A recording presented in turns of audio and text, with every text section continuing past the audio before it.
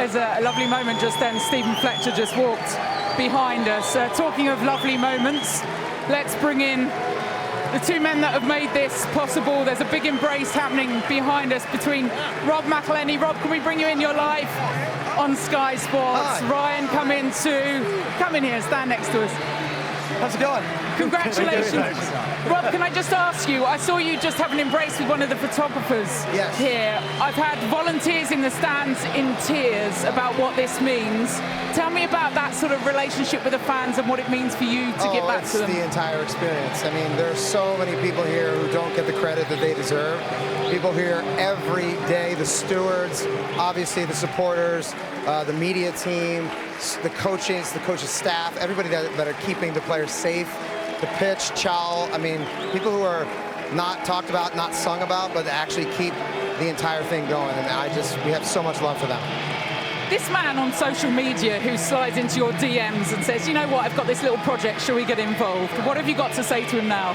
Well, no, listen, never ignore a successful man who slides into your DMs. I've been trying to. No, well, trust me, I have a whole system.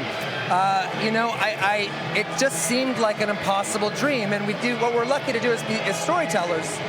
And when you're a storyteller, you look as much as you can at the sort of macro view of this history. We would not be here right now if it weren't for, you go all the way back to the Gresford disaster, to Mickey Thomas, who is a huge and pivotal point of aspiration for this club, and a sort of goal to reach that feeling again, because we think of it as a feeling.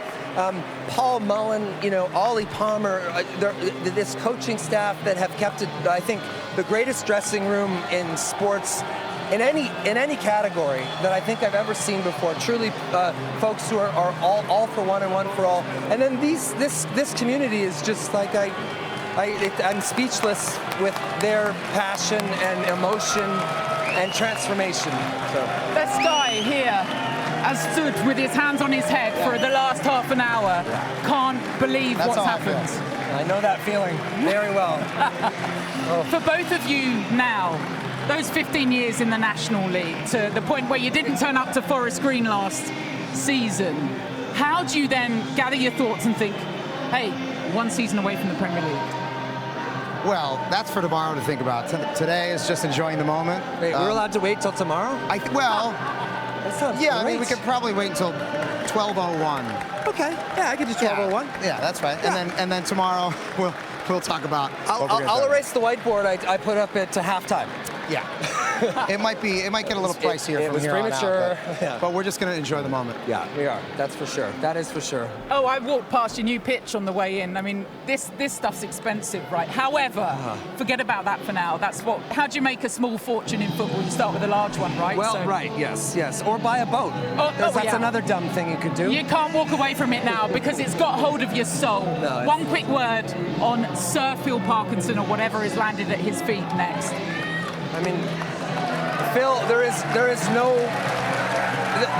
you could look at so many beating hearts of the club, but it all goes back to Phil. I mean, the leadership in that locker room, and we don't make football decisions, thank God. Good.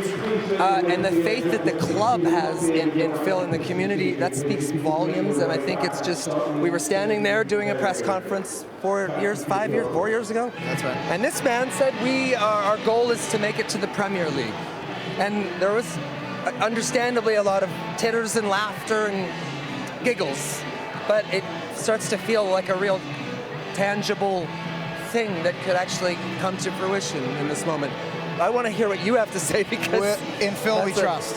In Phil we trust, and Ryan and I are always talking about how silly it is that, at the end of these games, that we're the ones standing with microphones, because we are not the ones out here on the pitch doing the work.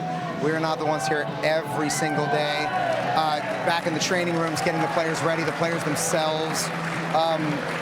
Yes, it's a part of the experience, but the truth of the matter is, Ryan and I have the easiest jobs in the world, which is to show up and watch this incredible football team and this incredible story to continue to unfold. And if you want to see what it means to them, I think you go into one of those dressing rooms after a loss, and there's nothing that can console them. Rob dancing,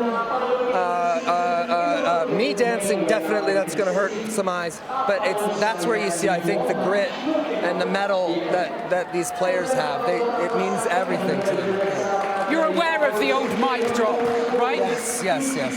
Rob, Ryan, championship. You're in it, mate. Mic drop.